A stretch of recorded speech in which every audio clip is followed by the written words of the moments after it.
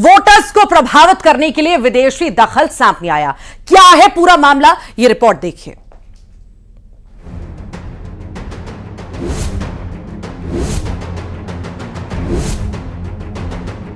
पिछले दिनों भारत में लोकसभा के चुनाव हुए।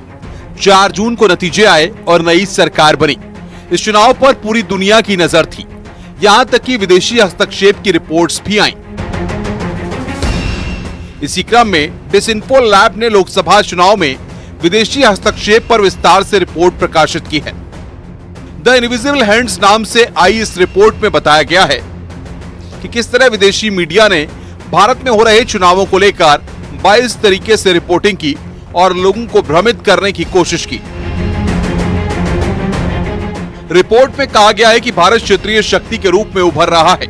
इसके बढ़ते भू रणनीतिक महत्व ने चुनाव को वैश्विक स्तर पर प्रासंगिक बना दिया।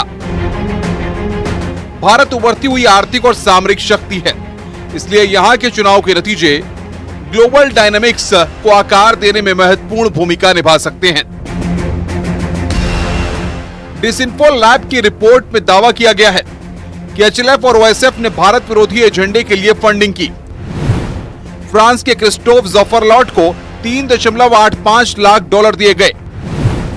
कनाडा के नामी संस्थान नामती को $3 लाख दिए गए।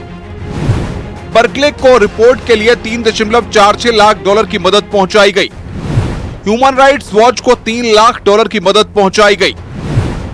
Carnegie Endowment for International Peace को $1.20 लाख दिए गए।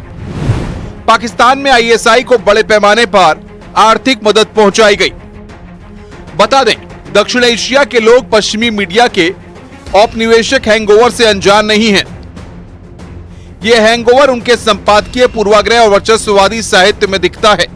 हालांकि इस बार भारत के चुनाव पर उनकी टिप्पणी का लहजा अलग था। बीबीसी, वॉशिंगटन पोस्ट और न्यूयॉर्क टाइम्स जैसे सामान्य संदिग्धों को डिसइंफो लैब और अन्य लोगों की ओर से भारत में प्रचार करने वाले पावर हाउस के रूप में उजागर किया गया। इसके साथ ही चुनाव में नए खिलाड़ियों के साथ अधिक समन्वित प्रयास देखा गया। भारतीय चुनावों पर ग्लोबल रिपोर्टों का विश्लेषण करते समय मीडिया कवरेज का एक असामान्य पैटर्न देखा गया, जिनमें एक विशेष नैरेटिव को आकार देने और मतदाता की मानसिकता को प्रभावित करने की कोशिश की गई। Bureau report, news 18।